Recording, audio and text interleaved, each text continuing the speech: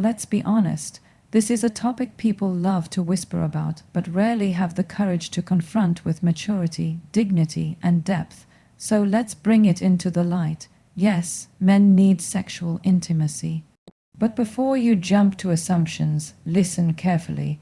What a man needs is not just the physical act. It's not just about the body. It's about what the intimacy represents: connection, validation, presence. Power, vulnerability. You see, we live in a world that raises men to suppress emotions, to carry burdens without crying, to achieve without expressing, to fight battles without bleeding. So often, their only allowed outlet for softness, for emotional expression, for release, comes through intimacy. It's not just about sex. It's about being seen, being touched, being understood without judgment, being vulnerable without being ridiculed. It's the one place where masks fall off, where performance ends and real presence begins. A man might walk through the world carrying the weight of expectations, societal pressure, financial responsibility, and 1,000 silent fears. But when he's held in the arms of a woman who understands intimacy, it's like coming home. Not just to her, but to himself. Yet many women misunderstand this. They think a man's desire is shallow, that his need for physical connection means he lacks emotional depth, that if he seeks intimacy, he must be weak or unspiritual. But that's ignorance. That's the voice of someone who doesn't understand the masculine soul. The truth is, real intimacy isn't casual, it's not cheap, it's not pornographic, it's not transactional, it's sacred. And when a man chooses to be intimate, not just physically, but emotionally, mentally, spiritually, with a woman, that's not lust. That's love in its most primal form. That's trust in motion. Sexual intimacy to a healthy man is not about dominance or conquest. It's about bonding, alignment, communion. It's about expressing what words can't carry. It's how he says, "I'm here, I'm real, I trust you with me, but let me be clear, this need must be met with responsibility." A man who desires intimacy must also desire respect. He must give as much as he takes. He must be emotionally aware, not just sexually active, because a woman's body is not a place for a man to dump his tension. It is a temple, and when a woman offers herself to him, she's offering her essence, not just her skin. So women, understand this. When a man seeks you sexually, he might be saying something far deeper. I need comfort, I need healing, I need oneness, I need to feel alive. But it's your responsibility to discern if his need is rooted in love or in loneliness, if it's sacred or selfish, if it's about partnership or power. And men, understand yourselves. Don't run to a woman simply to escape yourself. Don't seek intimacy just to silence your pain. Let it be a mirror, not a mask. When you desire her, ask yourself, do I want to connect or do I want to escape? That question can change everything, because intimacy, when misunderstood, can destroy. But intimacy, when honored, can heal generations. We talk a lot about women's emotional needs, and rightfully so, but men are not robots. They're not warriors without wounds. They are human. They crave softness, touch, affirmation, and intimacy, not as a luxury, but as a lifeline. And if we want to build stronger families, healthier relationships, and deeper connections, we must stop shaming men for their need for intimacy.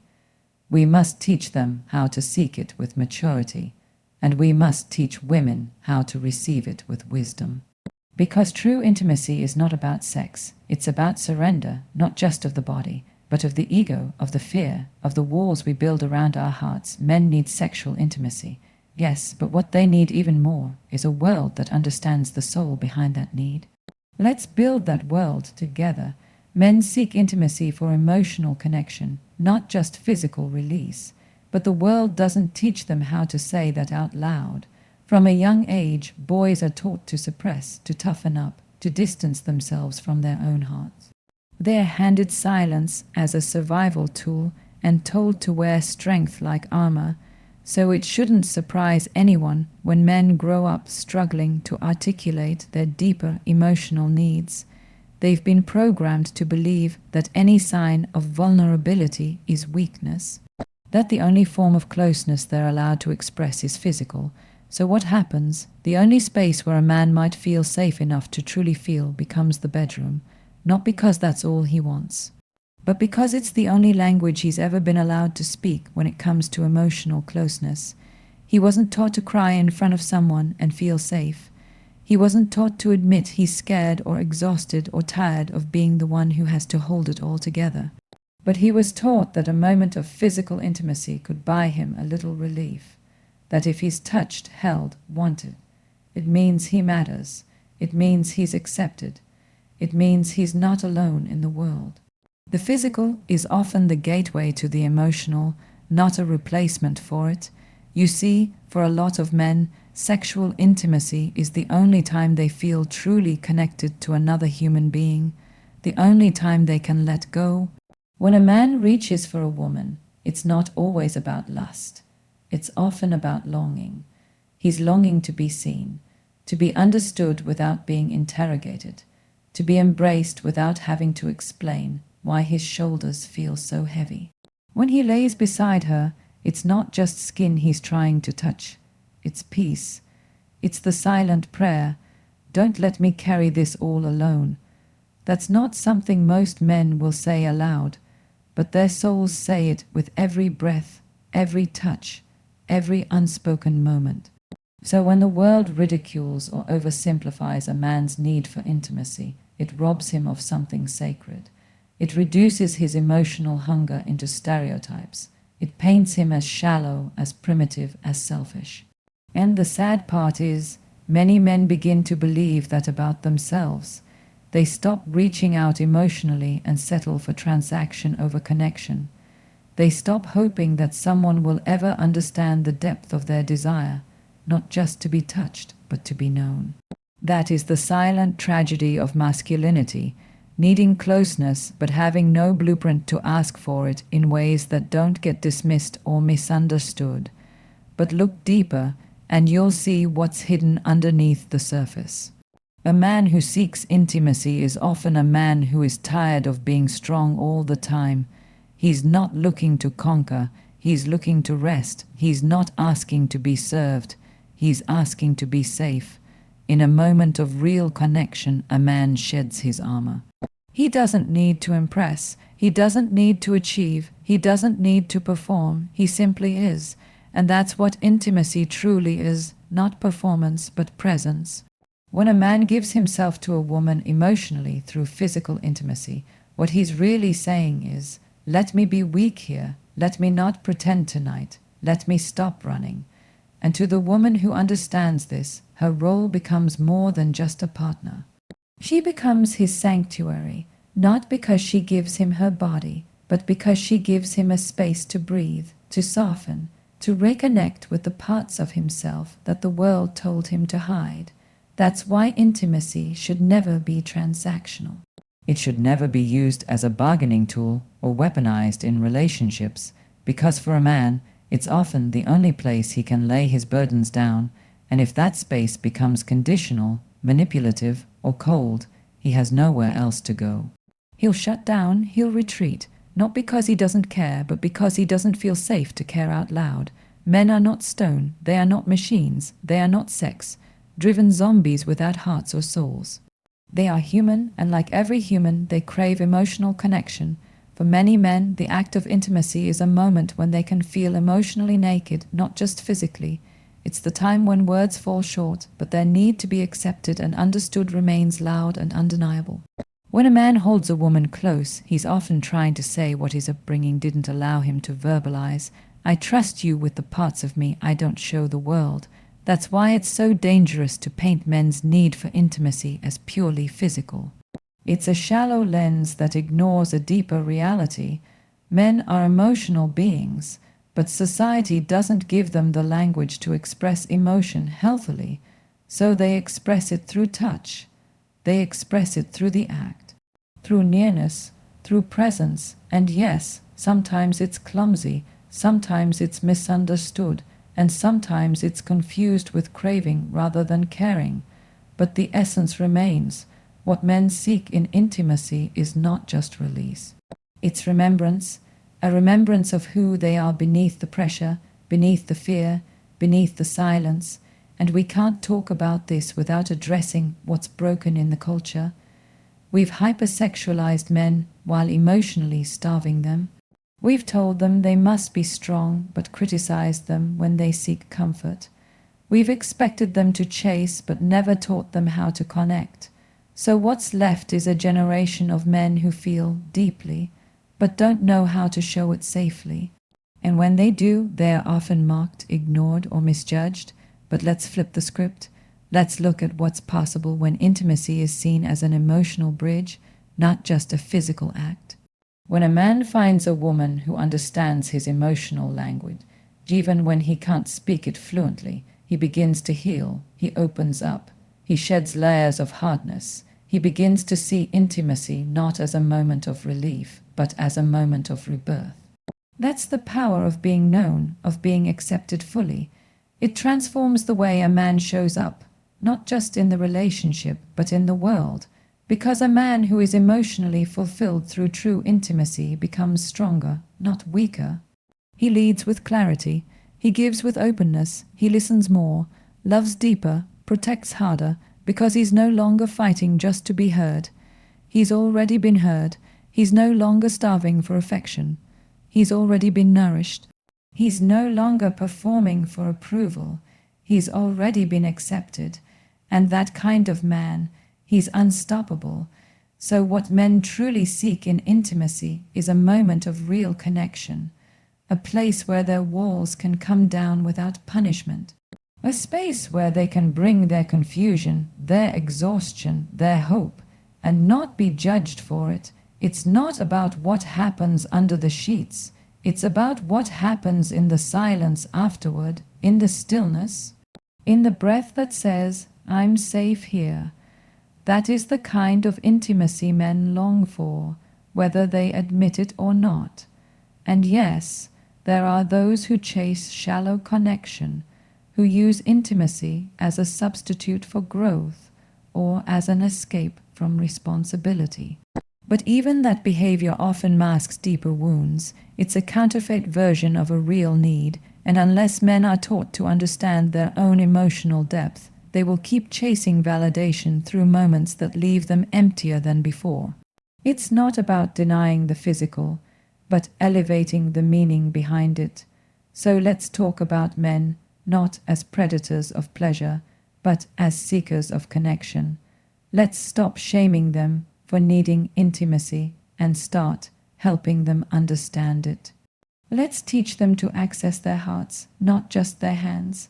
Let's empower them to ask for closeness, not just sex. Let's raise boys who know that it's okay to be held, to cry, to want to be known. And let's love men in ways that remind them they are more than what the world has told them they can be. Because in the end, men don't just want physical release. They want someone to come home to, not just in a house, but in a heart. They want to be known in the quietest places of their soul. They want their presence to be enough, their story to be heard, their love to be received without conditions, and that is intimacy. Healthy intimacy is sacred and rooted in mutual respect. It's not something casual, cheap, or thrown around without consequence. It's not a tool to manipulate or a prize to be earned. It's a divine exchange, something powerful, something holy, something that reaches far beyond the physical and into the realm of the emotional, the spiritual, and the psychological.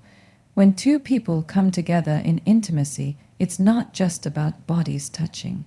It's about souls reaching. It's about hearts unguarding. It's about walls collapsing and trust rising. And that kind of connection that can only exist in the presence of deep, unwavering, and mutual respect. When respect is missing, intimacy becomes dangerous. It becomes a battlefield instead of a sanctuary. It becomes performance instead of presence. When one person uses the other, when one gives and the other only takes, when one surrenders and the other dominates, It stops being intimacy and starts being manipulation. You cannot build something sacred on the foundation of selfishness. You cannot create something pure with hands that only want to take. True intimacy begins where ego ends. It begins when both people see each other not as objects, but as temples, as sacred ground, as something entrusted to them, not something entitled to them. And that is why healthy intimacy can never be one-sided. It is a dance between two hearts, not a chase between predator and prey. It's not about how far you can go or what you can get away with, it's about how deeply you can connect. It's about honoring the other person's mind, their emotions, their soul. It's about asking not just, what do I want? But also, what do they need to feel safe? What do they need to feel seen? What do they need to feel loved? In a world that commodifies the body and cheapens commitment, sacred intimacy becomes a revolutionary act. To honor someone's body is to honor their history, their pain, their insecurities, their victories, their boundaries, their essence, and to do that, you must be present, you must be patient, you must be willing to give, not just take, because real intimacy doesn't rush, it doesn't pressure, it doesn't force. It invites, it waits, it respects, and it listens. You see, respect means understanding that the other person does not exist to fulfill your needs. They are not a vending machine for your desires. They are not a place to dump your stress, your frustration, your hunger, and then walk away. They are a whole human being with their own fears, their own rhythm, their own longings. And when you enter into intimacy with them, you are stepping into their sacred space. That requires reverence.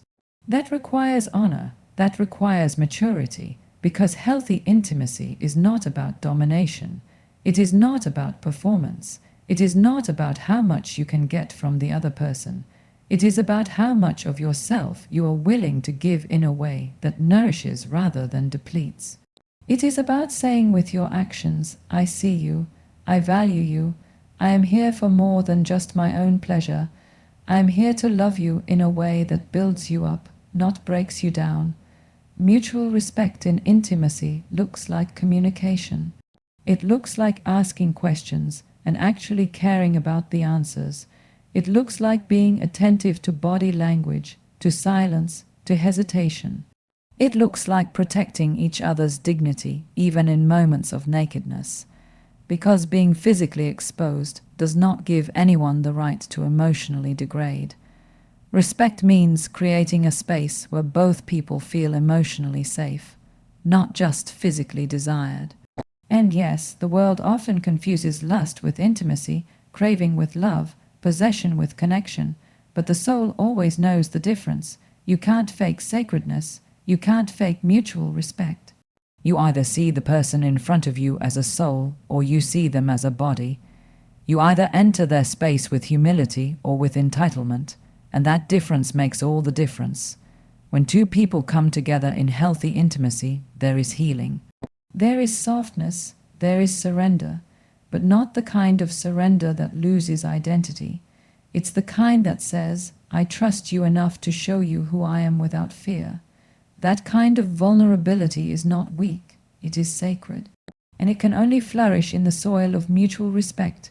When a person feels respected, they open up, they let go, they allow themselves to be fully present. But when respect is absent, they retreat, they shut down. They comply but never connect, and that's not intimacy. That's obligation dressed up as affection. True respect also means accepting that intimacy is not always about what you want in the moment. It means being sensitive to your partner's emotional and mental space. It means understanding that some days connection looks like holding hands in silence, that sometimes the most intimate thing you can do is listen, be patient, or simply be there. Intimacy doesn't always have to be loud. Sometimes it's in the quiet spaces that the deepest connections are made, and if you don't have the emotional maturity to respect those quiet moments, you don't deserve the louder ones either. Respect also demands responsibility.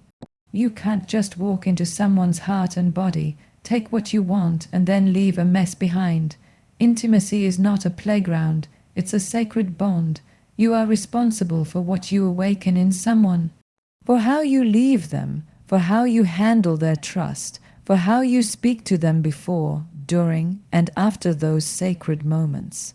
If you want to be intimate with someone, then be prepared to carry the weight of what that connection means. Don't run when things get real. Don't disappear when feelings arise. Don't ghost someone who trusted you with parts of themselves they've never shown to anyone else. That's not respect, that's cowardice. Healthy intimacy also requires clarity. You cannot claim sacredness with someone you continue to mislead.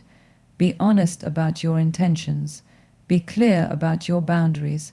Don't say you love someone if all you want is a night of comfort. Don't say you're committed if you're only around for convenience. Misleading someone into intimacy is not seduction. It's emotional theft, and no one builds something sacred on a foundation of deceit. When respect is real, you don't have to beg for affection. You don't have to perform to be worthy. You don't have to question your value, because sacred intimacy is not earned through perfection.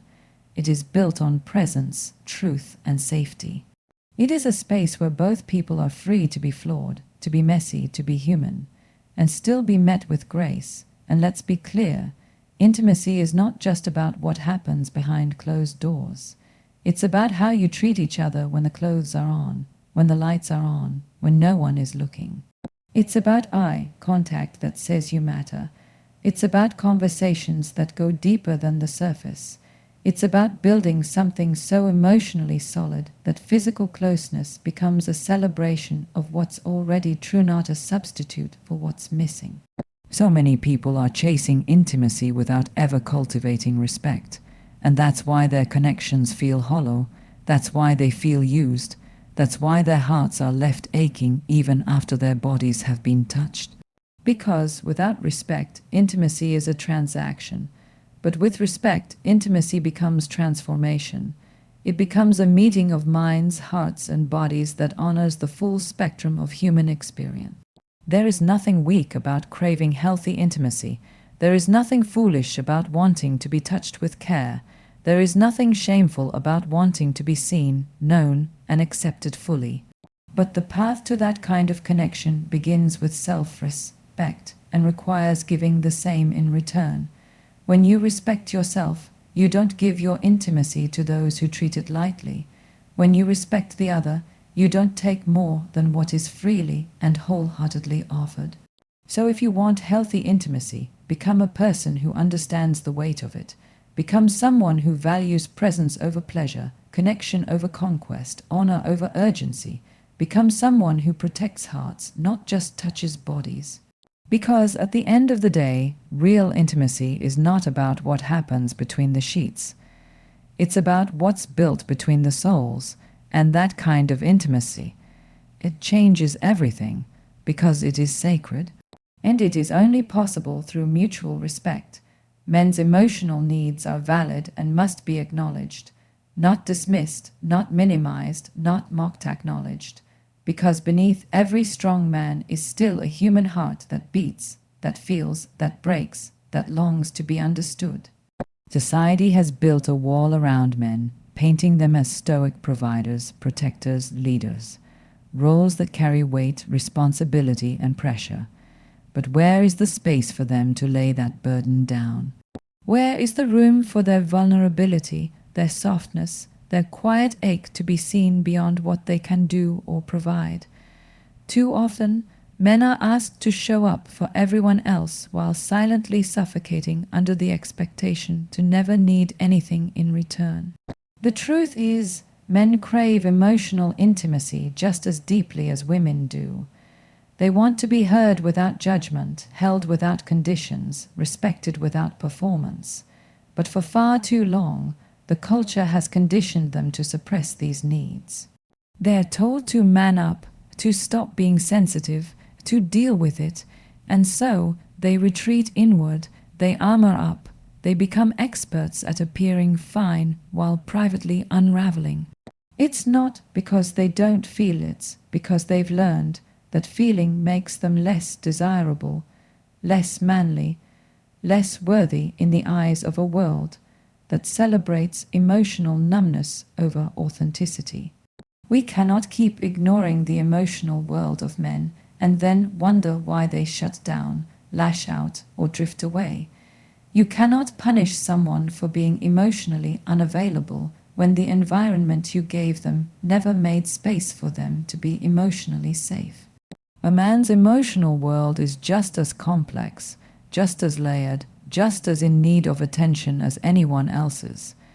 The idea that men don't need comfort, empathy, or tenderness is a lie, and it's a lie that's costing them relationships, peace, and in some cases, even their lives.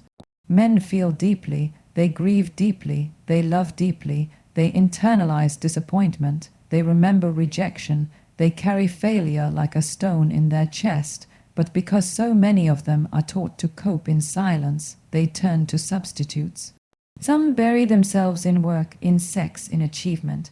Others numb themselves with distractions, with isolation, with anger, not because they're cold, but because they're hurting and don't know how to say it without feeling ashamed. That is not a character flaw.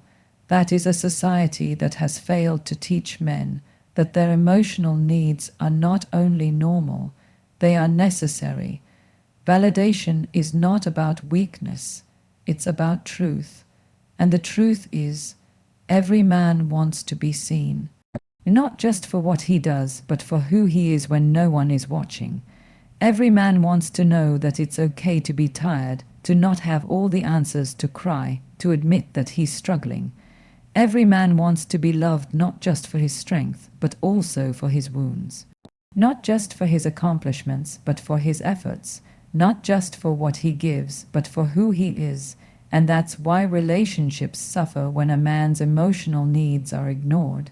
He becomes a shell of himself, moving through life disconnected, misunderstood, and silently questioning his worth.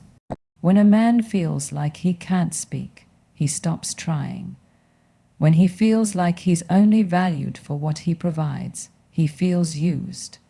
When he feels like he's not allowed to have emotional needs, he builds walls. And eventually, those walls become prisons. He may be present physically, but emotionally, he's miles away. The tragedy is that so many men are yearning to open up. They just don't know where it's safe to do so.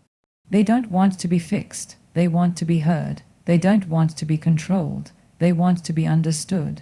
They don't want to be told how to feel. They want to be accepted for feeling.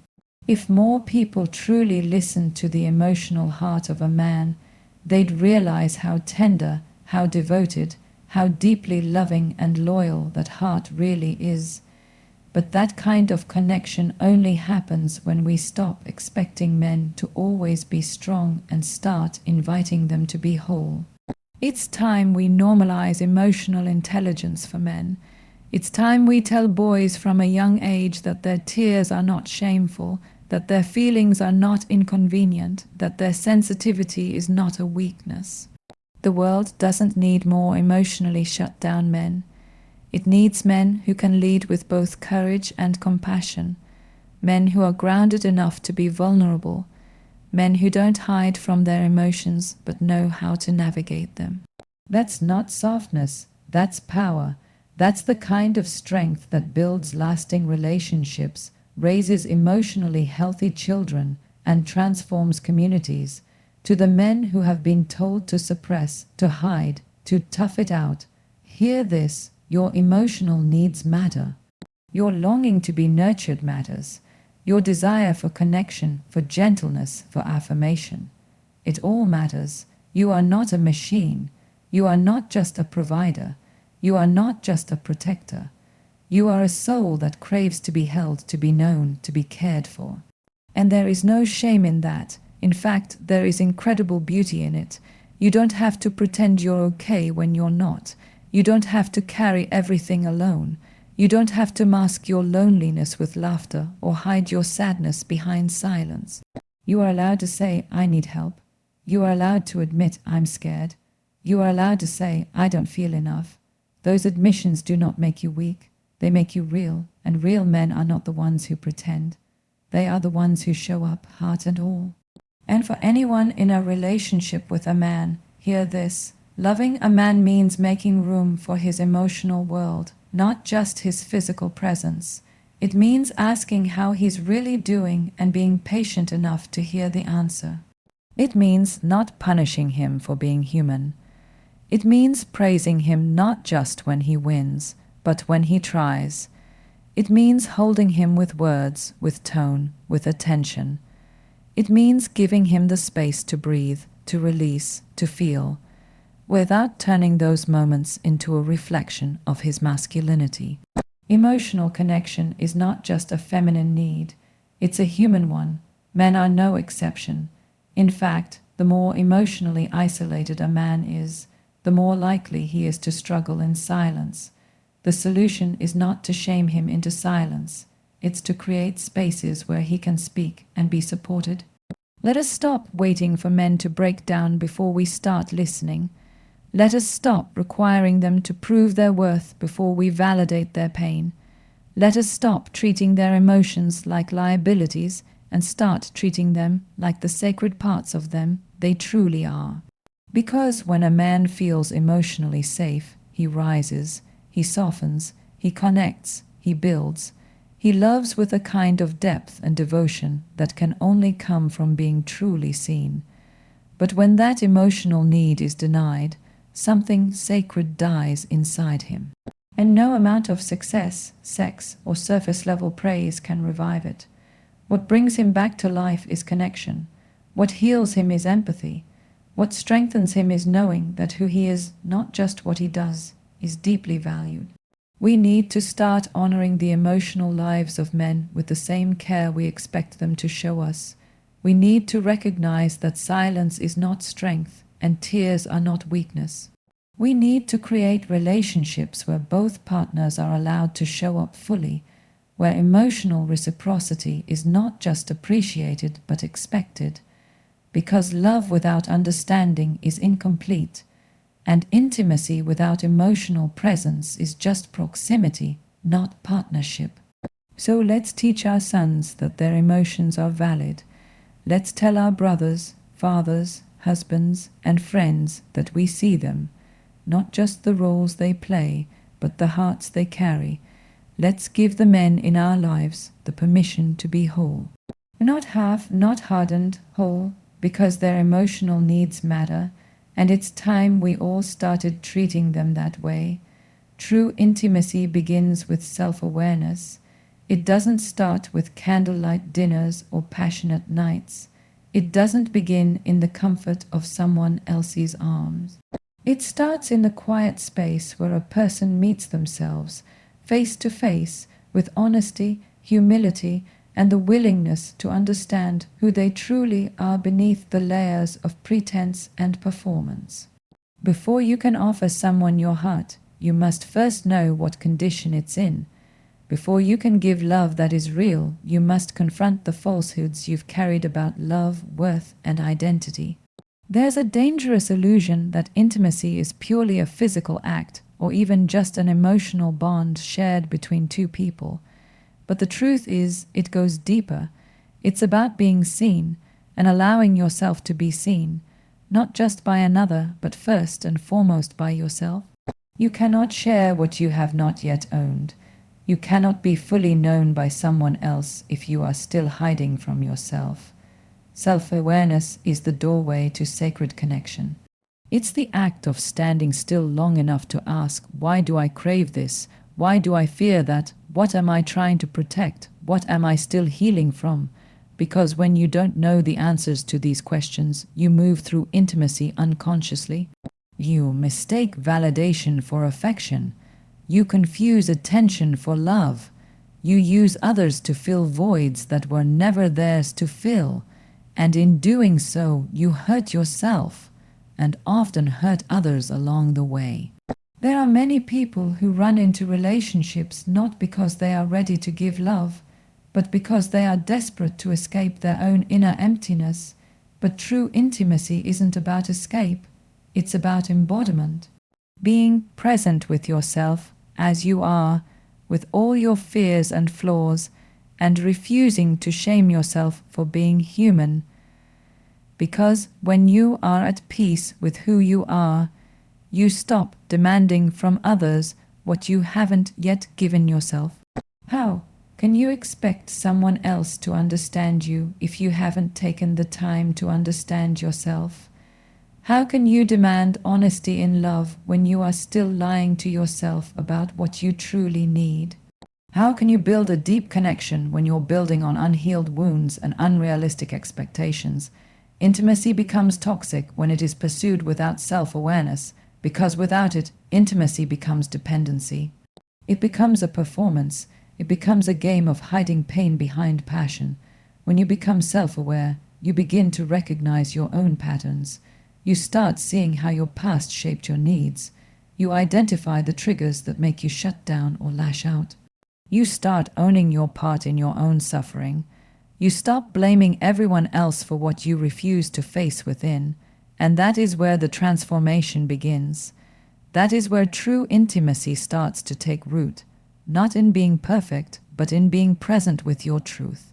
There are people who have never sat still long enough to hear their own thoughts. People who are so afraid of silence that they fill their lives with noise, with distractions, with relationships that keep them busy but never fulfilled. But when you sit with yourself, truly sit, with your fears, your questions, your guilt, your dreams, you begin to realize that the greatest intimacy you can ever experience is not the one that someone else gives you.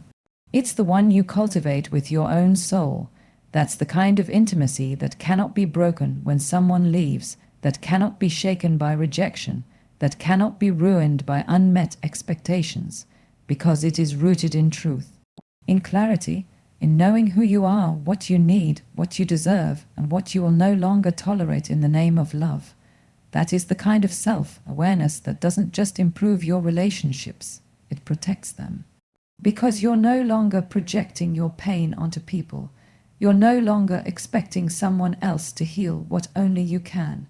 When you know yourself, you learn how to communicate your needs clearly. You stop playing games. You stop manipulating. You stop using withdrawal or affection as weapons. You start showing up with honesty. You start listening with empathy. You start loving without fear, because you're not trying to hide. You're not trying to prove anything. You are simply being who you are, and inviting someone else to do the same. But that takes courage. It takes courage to admit your own flaws, to face your own wounds, to sit with the parts of yourself you don't like and say, even this is part of me, even this needs love. It takes courage to stop blaming your ex, your parents, your past, and start taking ownership of your healing. But that's where intimacy starts to shift. That's where relationships stop being bandages and start becoming blessings. True intimacy doesn't demand perfection. It demands presence. It doesn't require you to be healed, but it does require you to be honest about where you are in your healing. It asks for vulnerability, not as a performance, but as a way of being. Vulnerability that says, this is me, not the version I think you'll like, not the mask I wear when I'm afraid, just me, and I want to know you too, not your highlight reel, not your defenses, just you. Self-awareness makes that possible, because when you are grounded in your truth, you're not intimidated by someone else's truth. When you've made peace with your own pain, you're not threatened by someone else's story. You can hold space for love to grow slowly, deeply, meaningfully, because you are not rushing to fill a void. You're not using intimacy to escape. You're using it to connect. We live in a culture obsessed with appearances, with surface-level connection, with fast love that burns bright and dies quickly. But intimacy is not a sprint. It is a sacred unfolding. It is something that happens over time, in layers, with patience. And without self-awareness, we rush the process. We force closeness without trust. We share bodies before we share stories. We confuse intensity for intimacy and end up wondering why we feel more alone in a relationship than we did before we entered it. But when you have self-awareness, you start making different choices. You choose people who speak to your soul, not just your ego. You look for alignment, not just attraction. You learn to listen to the energy behind the words, to sense when someone is emotionally safe or just emotionally skilled. You stop falling for charm and start valuing character. Because you've done the work within yourself, you can see more clearly what's real and what's not.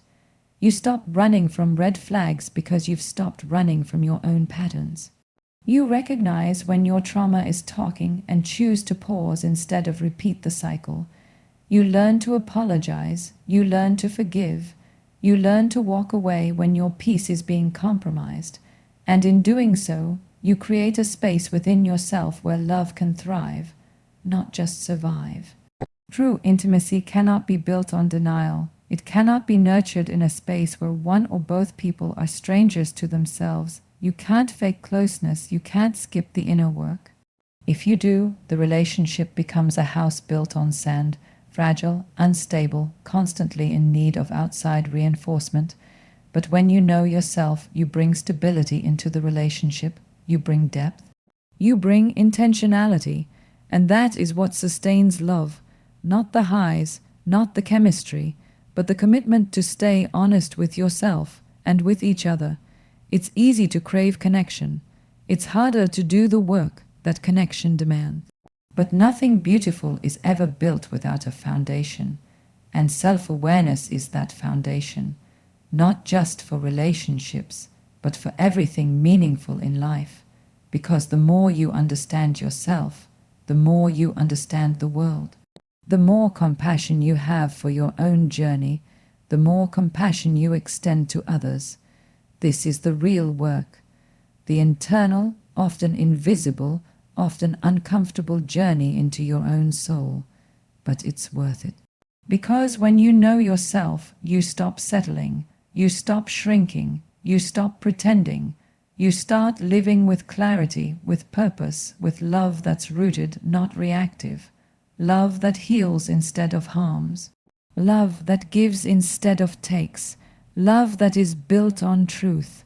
And truth always begins within.